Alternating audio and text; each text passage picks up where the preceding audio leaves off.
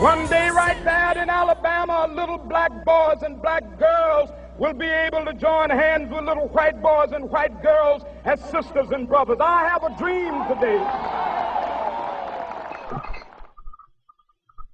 Hey, Shalom Israel, Most High Christ bless. This is Kani. I want to make a quick post on Deuteronomy 28:3. I don't think I've ever seen a video on it. A quick post, but it's something that always once in a while comes back up, and hopefully this can be edifying to those that don't understand it. Deuteronomy 23 verse 7.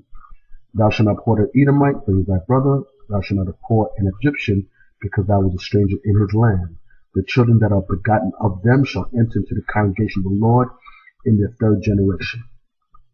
So, it's taught by many people that Esau or Edom, being so-called Caucasians today, that they should not be hated. And what the scripture says is true.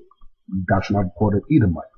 But we're going to go back and see, is that still for today? And what is the Most High telling us? Let's go back in the chapter a little bit. I want to read verse 3. An Ammonite or a Moabite shall not enter into the congregation of the Lord, even to their 10th generation shall they not enter into the congregation of the Lord forever. This is the point. Because they met you not with bread and with water in the way when ye came forth out of Egypt. The reason why they were not allowed to enter is because they didn't deal with this right when we came out of Egypt. And because they hired against the Balaam, the son of Behor, and Pethor of Mesopotamia to curse thee. So, because they didn't met us with water and bread, and because they tried to destroy us, the Lord said they can never enter in. Let's jump on down to verse 7 now. Thou shalt not abhor the Edomite.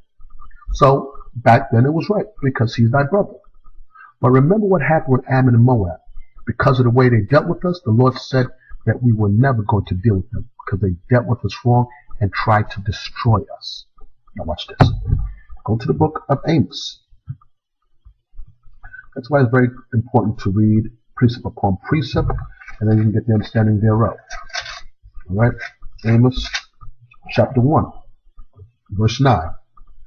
Thus saith the Lord, for the 3 transgressions of Tyrus, and for 4 I will not turn away the punishment thereof, because they delivered up the whole captivity to Edom, and remembered not the brotherly covenant. So we were delivered up to Edom, and the brotherly covenant was not remembered. Meaning what? The Edomites bought us into slavery. That brotherly covenant was broken. What was the brotherly covenant? We just read that back in Deuteronomy 23 verse 7. That you were not to abhor an Edomite. Verse 10. But I will send fire upon the walls of Tyrus, which shall devour the palaces thereof. Thus saith the Lord.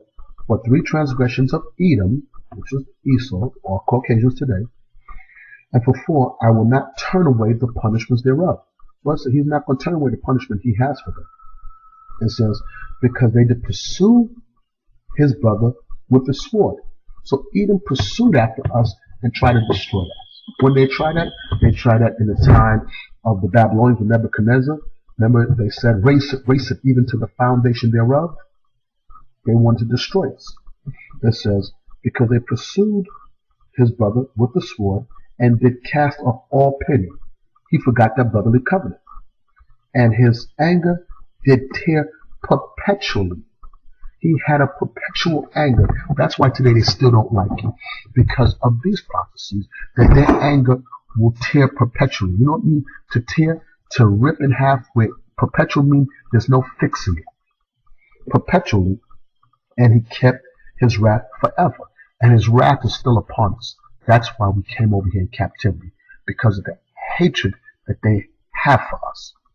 So, back in Deuteronomy 23, when it says, abhor not an Edomite, for he is thy brother, that brotherly covenant was broken. The same way the Ammonites and Moabites did not meet us in the way with bread and water, and they went about to try to curse and destroy us, and we were not to deal with them, the same way Edom broke their brotherly covenant, and they perpetually did tear that relationship. So when it was written in Deuteronomy 23, verse 7, it was correct. But that's over now. Let's read on. Abhor not an Edomite, because he's thy brother. It says, and thou shalt not abhor the Egyptian, because thou was a stranger in his land. And we were not to abhor the Egyptian, but there was a stranger in our land. What it says, the children that are begotten of them shall enter into the congregation of the Lord in the third generation. So the children begotten of them is going to enter into the congregation of the Lord. What does that mean? People want to take it today and say that means we're all going to be together and it's going to be one big happy family. No. Let's go to the book of Joshua. We're going to explain what it means to enter into the congregation of the Lord. This is Joshua chapter 8, verse 33. And all Israel and their elders and officers and their judges stood on this side of the ark and on that side before the priests and the Levites which bear the ark of the covenant of the Lord, as well the strangers as he that was born among them, the strangers as he was born among them, the strangers as he was born among them. Go back to Deuteronomy 23, verse 8. The children that are begotten of them shall enter to the congregation. So what we're reading here, here's the answer. The children that were born among them.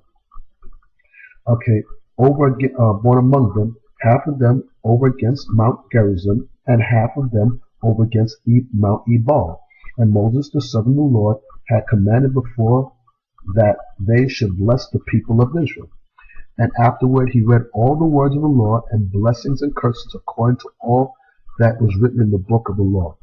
There was not a word of all that Moses commanded which Joshua read before all the congregation of Israel. Remember that word, congregation of Israel, with the women and the little ones and the strangers that were conversant among them. Conversant amongst them meaning we dealt with them, like it says in Exodus 20. On the 6th day thou shalt labor and do all thy work, but the 7th day is the Sabbath of the Lord, in it thou shalt not do any work. Thy servants, thy manservant, thy maidservant, thy ox, nor thy strangers that is within thy gates. So what does it mean? The servants had to keep the commandments. So when it says back in Deuteronomy 23, verse 8, the children that are begotten shall enter the congregation of the Lord.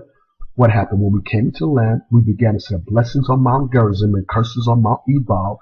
The strangers that was amongst us, they were in the congregation with us. Not meaning they had a part with us, but they were living amongst us and they dwelt amongst us. That's why it says, shall enter into the congregation of the Lord. What is the congregation of the Lord? We just read back in Joshua 8:35. It says that there was not a word of all that Moses commanded, which Joshua read before all the congregation of Israel. That is the congregation of the Lord. All right? So those are a couple scriptures to help edify and explain what it means concerning the nations or the strangers that's going to be in the congregation of the Lord and the not abhorring a Edomite. I pray this was edifying to those that are uncertain about what it's talking about and that you can increase in understanding. And this really is to cut down the lie of lying Christianity and many Israelites that are teaching a curious blend of heresy that all nations can be saved along with us. So with that, I pray this was edifying, and with that, I will say shalom.